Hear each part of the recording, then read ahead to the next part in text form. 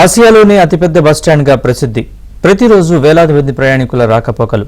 అంతటి ఘనకీర్తి ఉన్న ఆ బస్టాండ్ బయట ప్రైవేట్ వాహనాల దందా యథేచ్ఛగా సాగుతోంది. ఏపీ ఆర్టీసీ ఆదాయానికి గండి కొడుతున్న వారిని నియంత్రించాల్సిన అధికారులు చోద్యం చూస్తున్నారు.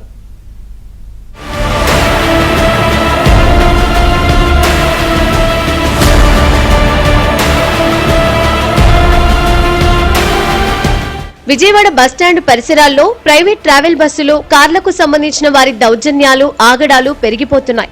అత్యంత రద్దీగా ఉండే ప్రధాన రహదారిపైనే తమ కార్లను నిలిపి ప్రయాణికులను ఎక్కించుకుంటూ ప్రశ్నించిన వారిపై బెదిరింపులకు పాల్పడుతున్నారు.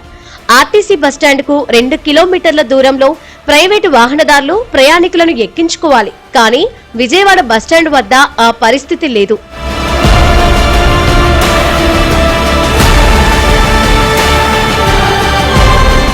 బస్టాండ్ బయట రద్దీగా ఉండే విజయవాడ, హైదరాబాద్, విశాఖ వైపునకు వెళ్లే ప్రయాణికులను ఎక్కించుకుంటున్నారు.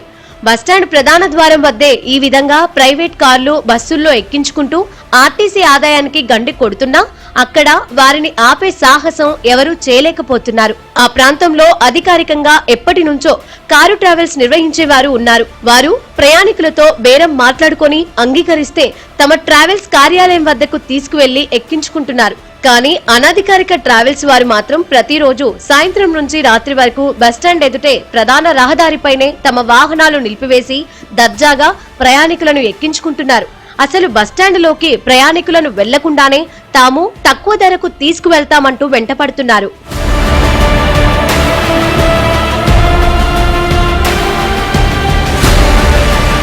ఇక కొన్ని కార్లకు వీఐపీ పాస్లతో పాటు అన్గవర్నమెంట్ డ్యూటీ బోర్డులు ఏర్పాటు చేశారు.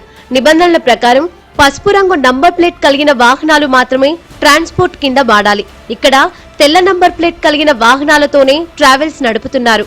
ప్రధాన బస్టాండ్ సమీపంలోనే 50 ఏళ్లుగా కొందరు కార్ల యజమానులు ఓ కార్ స్టాండ్ నిర్వహిస్తున్నారు.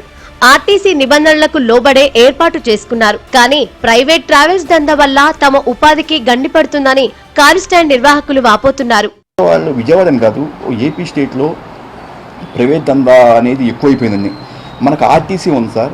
ఈరోజు ఆర్టీసీకి ప్రతి పాయింట్లోనూ, ఇప్పుడు మన విజయవాడ సిటీ తీసుకున్నాం, విజయవాడ సిటీలో బస్ స్టాండ్ దగ్గర ఒకటి, రావులపాలెం రింగ్ దగ్గర ఒకటి, ఈ 2 పాయింట్లోనూ ప్రైవేట్ కొందరు వ్యక్తులు చేరి అక్కడ ఒక అసోసియేషన్ అని పేరు చెప్పేసి మరి ట్యాక్సీలు ఫిల్ చేసి జనాలను ఫిల్ చేసి పంపిస్తున్నారండి. ఒక్కొక్క బండిలోనూ 10 మందిని 12 మందిని ఎక్కించి చాలా న్యూసెన్స్ క్రియేట్ చేసి చాలా ప్రాబ్లమ్స్ ఫేస్ చేస్తున్నారని. ప్రతి నెల ఆర్టీసీ అధికారులు, రవాణా శాఖ వర్గాలు ప్రత్యేక డ్రైవ్ చేపట్టాల్సి ఉండగా అధికారులు అవేమీ పట్టించుకోవడం లేదు. ప్రైవేట్ ట్రావెల్స్ దందాకు అడ్డుకట్ట వేసి ఆర్టీసీకి ఆదాయం పెరిగేలా చర్యలు తీసుకోవాలని స్థానికులు కోరుతున్నారు.